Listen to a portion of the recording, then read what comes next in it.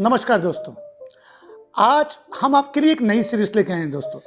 NGO एक ऐसा topic, NGO non government organisation, जो कि शायद हम में से काफ़ी लोग बनाना चाहते हैं। बहुत सारे लोग एनजीओ बनाते वक्त कंफ्यूजन में होते हैं कि भाई एनजीओ होता क्या है, एनजीओ किस तरीके से काम करता है और एनजीओ बनाने के लिए हमारे पास क्या बेहतर विकल्प है कि हम एनजीओ कंपनी के रूप में बनाएं, हम एनजीओ ट्रस्ट के रूप में बनाएं या हम एनजीओ सोसाइटी के रूप में बनाएं।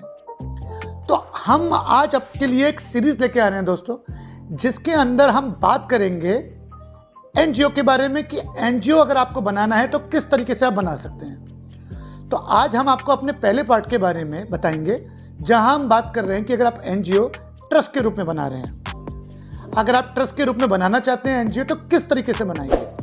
तो इससे पहले कि मैं बात करूं आगे के लिए, अगर आपने हमारा चैनल अभी तक लाइक और सब्सक्राइब नहीं किया है तो अभी लाइक करें, सब्सक्राइब करें।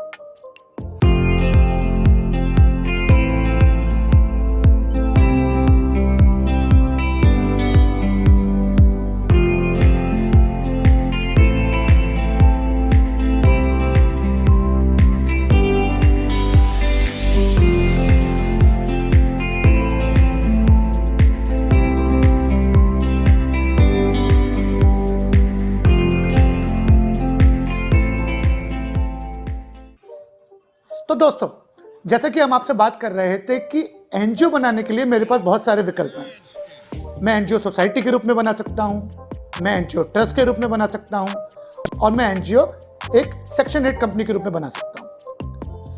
तो आज हम समझते हैं कि एनजीओ ट्रस्ट के रूप में क्या होता है। देखिए, हम ट्रस्ट के लिए एक एग्जाम्पल समझते हैं। ट्रस्ट में एक शख्स, हम अभी एक अपने एग्जाम्पल में लेके चलते हैं, जैसे मिस्टर ए अभी बहुत बूढ़े हो चुके हैं और उनके पास कुछ एक इमूवेबल प्रॉपर्टी है जिससे एक किराया आता है, और मिस्टर ए के कोई बच्चा नहीं है, ना लड़का ना लड़की, उनका एक ग्रैंड डॉटर है। वो चाहते हैं कि अगर कल को उन्हें कुछ हो जाए तो उस ट्रस्ट से, उस इमूवेबल प्रॉपर्टी से जो आने वाली इनकम है वो उनकी बेटी को, जो उनकी ग्रैंड डॉटर है, उससे उसको फायदा मिले, उससे उसको रेंटल इनकम हो।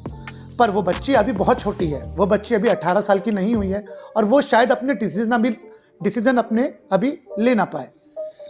तो उन्होंने, मिस्टर ए ने मिस्टर बी, जो उनके बहुत अच्छे दोस्त हैं, उनको अपॉइंट किया और उनसे बोला कि क्या आप मेरी ग्रैंड डॉटर, जब तक कि वो 18 साल की नहीं हो जाए, जब तक कि वो खुद डिसीजन ना लेने की स्थिति में आ जाए, क्या आप उनके बिहाफ पे इस ट्रस्ट को संभाल सकते हैं। तो मिस्टर बी क्या करेंगे कि जो मिस्टर ए की जो प्रॉपर्टी है उससे आने वाली इनकम मिस्टर ए की ग्रैंड डॉटर के लिए खर्च करेंगे। यानी कि यहां एक बंदा होता है ट्रस्ट का ओनर, जो कि हम उसे ऑथर भी कहते हैं, हम उसे सेटलर भी कहते हैं, हम उसे ओनर ऑफ प्रॉपर्टी भी कहते हैं। एक शख्स होता है जो कि मैनेज करता है ऑथर, ओनर, सेटलर की प्रॉपर्टी। किसके लिए खर्च करता है, किसके लिए सेटल करता है, वो करता है एक बेनिफिशियरी के लिए, यानी कि ग्रैंड डॉटर। यानी कि ट्रस्ट बनाने के लिए हमें चाहिए होता है एक ओनर जो कि प्रॉपर्टी का मालिक हो, एक ट्रस्टी जो इस प्रॉपर्टी का ध्यान रखे, एक बेनिफिशियरी जिसके लिए वो खर्चा हो। तो मुझे लगता है कि काफी हद तक आपको अब समझ में आया होगा कि ट्रस्ट आखिरकार कैसे बनता है। अब बात आती है कि सर, ट्रस्ट के अंदर आप क्या प्रॉपर्टी की ही बात कर रहे हैं, क्या उसके अंदर इमूवेबल प्रॉपर्टी नहीं होती? नहीं दोस्तों, उसके अंदर आप इमूवेबल प्रॉपर्टी भी रख सकते हैं, मूवेबल प्रॉपर्टी के लिए भी होता है, और बहुत सारे लोग अपने बिजनेस को ट्रस्ट के रूप में भी चलाते हैं। हमारे देश के एक बहुत बड़े बिजनेसमैन, टाटा समूह के चेयरमैन रतन टाटा, उनकी कोई संतान या उनकी कोई आगे जनरेशन तो है नहीं दोस्तों, तो उन्होंने अपना एक ट्रस्ट बना रखा हुआ है जो कि उनके जाने के बाद उस ट्रस्ट को टेक केयर करेगा और उससे बिजनेस की इनकम जनरेट होगी। तो हमने समझा कि ट्रस्ट ये होता है। अब बात आता है कि क्या ट्रस्ट का मोटिव क्या होता है, यानी कि ट्रस्ट में किस किस रूप में बना सकता हूं। देखिए दोस्तों, ट्रस्ट बनाने के लिए मैं चैरिटेबल ऑब्जेक्ट का एक काम कर सकता हूं ट्रस्ट में, मैं ट्रस्ट के अंदर रिलीजियस काम कर सकता हूं। चैरिटेबल में भी सर कौन सा काम, गरीबों की मदद करना, उनके हेल्थ का ख्याल रखना, उनकी एजुकेशन का करना, उनके एम्प्लॉयमेंट का करना, मैं ये सारे काम कर सकता हूँ। इसके अलावा मैं ट्रस्ट के अंदर रिलीजियस काम भी कर सकता हूँ, जैसे सिद्धि विनायक मंदिर है, जैसे बहुत अलग अलग मंदिर बने हुए हैं इंडिया के अंदर जो कि ट्रस्ट के रूप में चल रहे हैं सर। और इसके अंदर हम और भी बहुत सारे काम कर सकते हैं, क्योंकि उसके लिए आपको समझना पड़ेगा कि आखिरकार ट्रस्ट कितने रूप में हो सकता है, यानी कि ट्रस्ट कितने रूप में बन सकता है। देखिए, मेजरली ट्रस्ट दो तरीके का हो गया, एक प्राइवेट ट्रस्ट, एक पब्लिक ट्रस्ट। सर, ये प्राइवेट ट्रस्ट और पब्लिक ट्रस्ट क्या है? दोस्तों, आप इसको ऐसे समझ सकते हैं कि अगर मैं कोई ट्रस्ट बना रहा हूं जिसका बेनिफिट मेरे रिश्तेदार या मेरे फ्रेंड्स या मेरे रिलेटिव्स या मेरे कोई घर वाले कर सकते हैं, तो वो हो जाता है मेरा प्राइवेट ट्रस्ट। यानी कि प्राइवेट नाम बता रहा है, जो कि प्राइवेट हमारे खुद के लिए, बेनिफिशियरी के लिए, फैमिली मेंबर के लिए। और एक होता है दोस्तों पब्लिक ट्रस्ट। पब्लिक ट्रस्ट मतलब जनरल पब्लिक की यूटिलिटी के लिए, जनरल पब्लिक के बेनिफिट के लिए, जनरल पब्लिक के चैरिटेबल ऑब्जेक्ट के लिए, सोशल ऑब्जेक्ट के लिए। तो मैंने जब आपको बता रहा था कि ट्रस्ट किस कामों के लिए बनता है, तो एक प्राइवेट ट्रस्ट किसी भी काम के लिए बन सकता है। वो प्राइवेट ट्रस्ट किसी आदमी अपने व्यापार के लिए, कि उसके जाने के बाद उसका व्यापार उसके बच्चों के लिए रहे या उसके फ्रेंड्स एंड रिलेटिव्स के लिए रहे, तो प्राइवेट ट्रस्ट आप उसके लिए बना सकते हैं। और पब्लिक ट्रस्ट में आप काम कर सकते हैं जनरल पब्लिक यूटिलिटी का। सर, आप हमें ये बताएंगे कि ट्रस्ट बनाने के लिए कितने जनों की जरूरत है? ट्रस्ट बनाने के लिए आपको 2 जनों की जरूरत है मिनिमम। 2 से ज्यादा भी हो सकते हैं, पर मिनिमम एक ओनर ऑफ द ट्रस्ट और एक जो बेनिफिशियरी है। पर वो ओनर ऑफ द ट्रस्ट भी ट्रस्टी का रूप में भी काम कर सकता है दोस्तों।